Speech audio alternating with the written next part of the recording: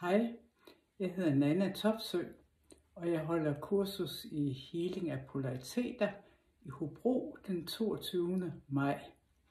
På kurset vil du lære, hvordan indre modsætninger i tanker og følelser påvirker vores energiflow, og hvordan du så rent praktisk ved at arbejde med polaritetspunkter kan hjælpe din klient til ro i krop og sind. Polaritetshealing har nemlig den virkning, at den næsten øjeblikkeligt bringer samarbejde og lindring mellem indre spændinger og dilemmaer.